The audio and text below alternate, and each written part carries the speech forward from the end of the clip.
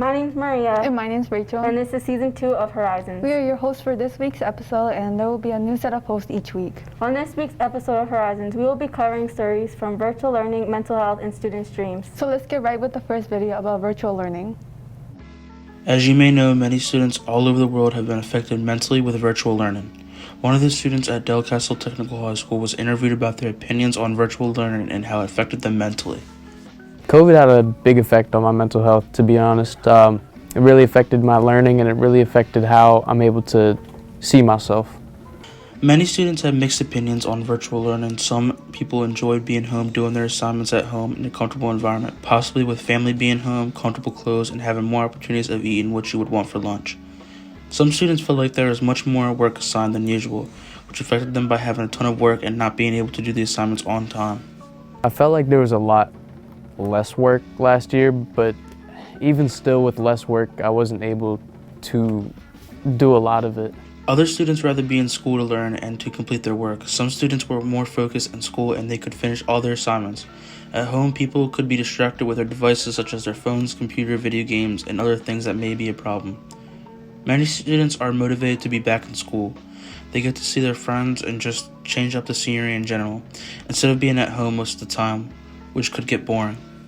I definitely like it a lot better. I'm learning a lot more than normal, and I feel like academically I've been doing a lot better just off the start. It's all about people's opinions. There are many pros and cons of virtual learning and in school learning. Definitely one of the pros of virtual learning was the fact that I was able to do it at my own pace. The majority of the time, the teachers really didn't give a certain time. The past year, students and teachers had their ups and downs with virtual learning. While some teachers and students enjoyed working from home, others were not liking the new transition mentally. It was a big step that all schools took, and it makes sense for people to have their own viewpoints. All that matters is that we all had a different experience, and at least we got to know what we would expect and our thoughts and preferences we had over the year. I miss virtual learning because I got to sleep in more. What about you, Rachel? Oh, I didn't, because I would get really distracted and wouldn't get my work done. Yeah, I get that. Were you feeling okay during virtual learning? Did you wish to talk to me about any problems? No, not really, Maria, but thank you for checking up on me. Mental health is very important. Let's check our second story about mental health. In schools, we are taught to focus on practical matters of life, like doing homework, getting good grades, pass classes, and most importantly, learn.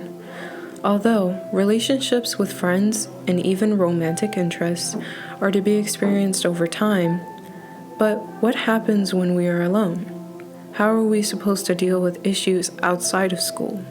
It almost seems like we know how to deal with others better than how we deal with ourselves. I mean, for a lot of people to talk about mental health is a very scary thing. It can be taboo in society, but I think it's therapeutic to talk about mental health. Being sure to take care of ourselves may be obvious to some, but we still need to make sure that mental health is an important priority. I think the best way to help students with mental health issues is to first have the resources known to everybody. Take care of yourself and seek help. Even if you think it's a small problem, minor problem that you can handle on your own, talking to anybody about it can really be a big relief to you. To avoid mental health from being a taboo topic, we need to spread the word. Mr. Tiberi, 9th grade teacher of global studies, also has thoughts on spreading awareness. Just making people more aware that these issues do exist, and also educating people about the resources that exist to help people. Even if you aren't a qualified person to help somebody with their issues, you at least can be a helping hand in pointing somebody in the right direction. People that are not dealing with anything serious and people who are struggling can still learn these tips on dealing with mental health. We want to normalize the idea that mental health struggles are a bit more common than I think most people think. They just haven't really been talked about. Though there are a lot of people that are educated with the topic of mental health, there are still misconceptions of this topic. It's not like I'm wearing a cast, and everybody's, oh, Don, you got a broken leg or a broken arm, where somebody can see that. Mental health issues sometimes aren't visible to someone who's not in the field. A lot of people will feel that person is just lazy. You know, where the reality of that situation is, no, that person is really struggling with some real life emotions. Our teachers and our counselor from Wellness Center wants you to know. Just know that, you know, you're valuable. I want everybody to know that mental health issues affect anybody and everybody. Mental health does not mean that you're crazy, that something's wrong with you. It really just means that you need help, that you need time to take out to evaluate life situations and to create strategies on how to effectively handle the situations going on in your life. This is a real life challenge that a lot of us are facing. So Rachel, do you have any dreams? Yeah, I want to travel around the world. Oh, cool, me too. Maria, what do you think students' dreams are at the school? Oh, I don't know. Let's find out. Every one of us has a dream, big or small. Something that drives us to wake up in the morning. Something that gives us a vision for the future. That's what we're highlighting today. I interviewed 4 highly motivated, ambitious Del Casa students and asked them a simple question.